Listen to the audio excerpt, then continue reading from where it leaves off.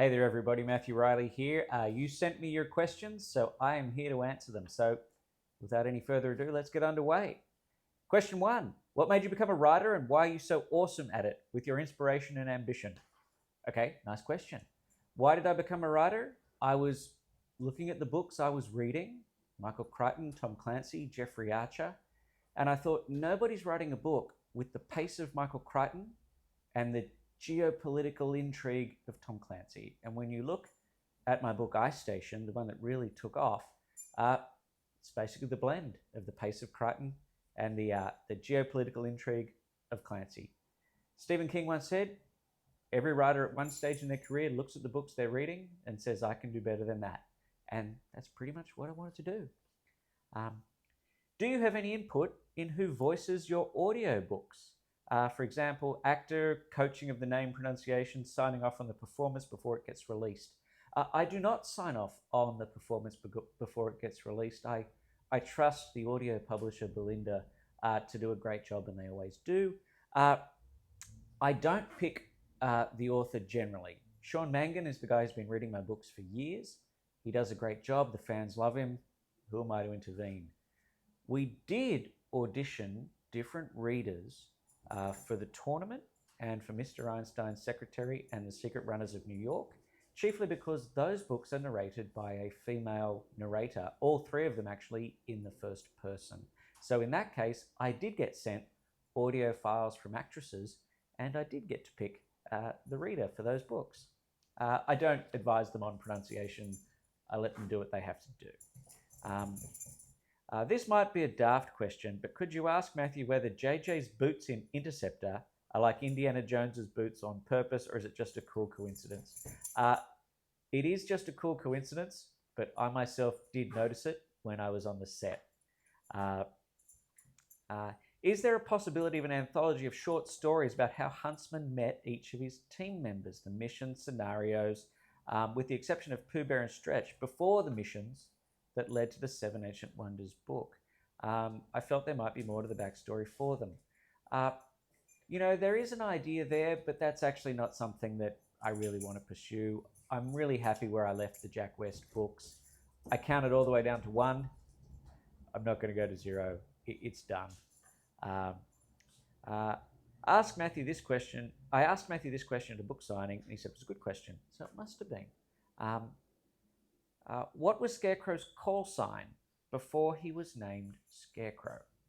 This is a very good question, and the answer would actually be, of course, it would be a pilot's call sign. So we could probably go and have a look at Top Gun to see what cool call signs there are for pilots, because he was a pilot in the Marine Air Wing. This is actually a good question, and I might actually say that I don't know. I haven't actually thought about it before, but if pressed to think about it, I think I could come up with something pretty cool. And if I do write a new Scarecrow book, this might be an impetus to come up with a nice call sign from his past. How do you construct your characters? Are they composites of people you know or have heard or read of, or do you build the story needs for the type to fill the role? This is actually a very, very good question. It made me think about the different books that I've written over the years. If you think about Ice Station, I came up with the story or the plot first. What would happen if you discovered something that appeared to be a spaceship buried in the ice in Antarctica?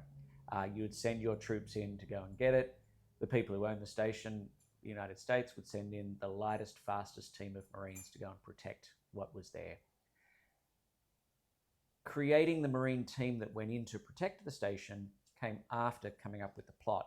But then I started to think, well, what did I do with other books? With the tournament, it was the idea of this chess tournament in the 1500s where the Sultan invites every king in Europe to send his best chess players to compete in a tournament. That all happened in one sort of frenzied day, but I did come up with the idea of the tournament first. That led to, well, who would England send? Henry VIII would be the guy sending the team. He would look at Roger Askham and one of his friends who was a good chess player. Elizabeth would go then. So the idea and the characters sort of came simultaneously. For Mr. Einstein's Secretary, I wanted to do something like the tournament with a mentor and a student relationship. and I thought I'd do the epic structure from World War One to the end of World War Two. Einstein was always going to be the mentor, so then I decided to come up with the character of Hannah Fisher. So again, it was sort of story first, then character second. Um, you can even look at The Secret Runners of New York, which is, a time travel story set in New York City around the rich students of the very sort of well-to-do on the Upper East Side and Upper West Side of New York. Again, I came up with the idea of this time-traveling story which addressed wealth inequality and what would happen in the face of catastrophe.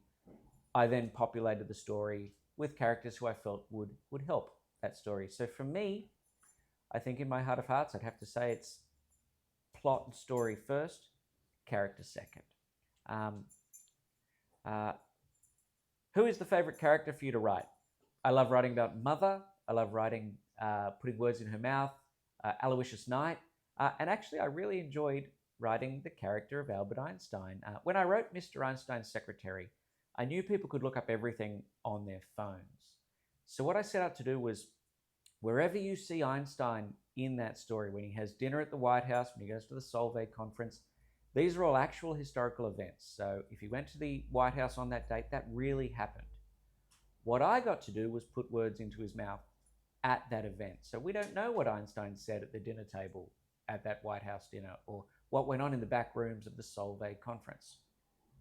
Writing Einstein as the ultimate mentor, wise character, that was just a blast. Who inspired you the most in your childhood to become an author? In my childhood, I think you'd have to say, and I've said this quite a few times before, I saw the making of Return of the Jedi. Must have been in 1984 or so. And I saw the sail barge set. You can actually find this on YouTube now. And seeing the wonderful, massive sail barge set around the Sarlacc pit. But the camera goes around behind it and you see all the wooden planks holding up the set and the sail barge. It's like one of those old Western towns in movies of the 50s and 60s. And it was seeing that actually made me want to tell imaginative stories, that the Star Wars world was this wonderful case of world building, but it was also a bit of movie magic. And that was the key inspiration. And I must have been 9 or 10 at the time. So big inspiration, watching the making of Return of the Jedi when I was 9 or 10. When you write, do you prefer silence with no disturbance or to listen to background music, being in a study or some other place? I write here. We are here in my office. I am surrounded by inspiration. Favorite movie, Die Hard. Han Solo up on the wall. Minas Tirith here. The Interceptor clapperboard. Little action figure, little JJ action figure from Interceptor. Surrounding myself with inspiration. I do not put music on. I generally write with just silence. You might hear a little tinkling. That's my little dog Penny wandering around here as I film this. She's my companion, but I don't need silence, but I found music distracts me. So once I'm facing that computer, my wife will tell you, I just have tunnel vision on that screen. It's like I completely zone out and see the movie of the story in my head. What action authors do you admire?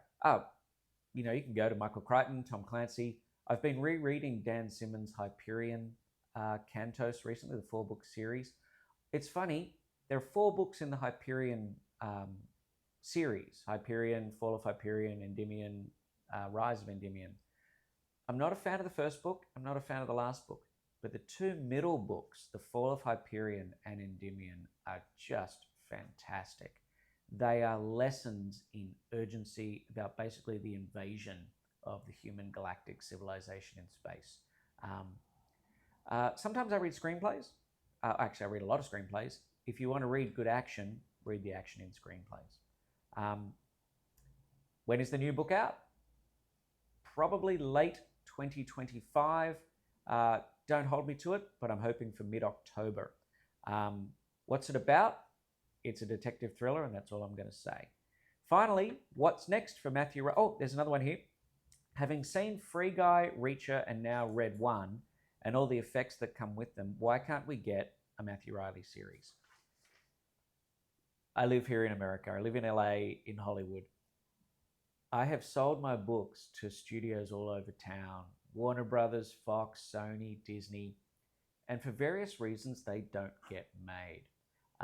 Often it's because an executive at a studio leaves, and when that executive who liked my book leaves the studio and a new one comes in, the new one says, I'm not doing any of the scripts of the old executive. So it's a sad way that projects just die. That said, I have optioned the Scarecrow series to Paramount, and this is for a TV show. So fingers crossed this one goes the distance. To date, Interceptor is the one that got up. And Interceptor, I can tell you just the fragile daisy chain of events that saw Interceptor get made. Any single one of those daisy chain links could have fallen apart and the whole thing collapses. And I write Interceptor, it gets rejected by a bunch of actresses. Elsa Pataki reads it, wants to do it. Netflix are okay with me directing it. Some people, it gets pushed back a little bit. We lose some crew members. We get some other ones who turn out to be fantastic. To get a movie made, you don't just need to fire an arrow through a flaming hoop. You need to fire an arrow from the surface of the Earth through flaming hoops on every planet in the solar system as they all come together. And somehow, amazingly, at the end of it all, a movie gets made. So it's not for want of trying. I'd love to see one of my books turned into a TV show. iStation's out there right now.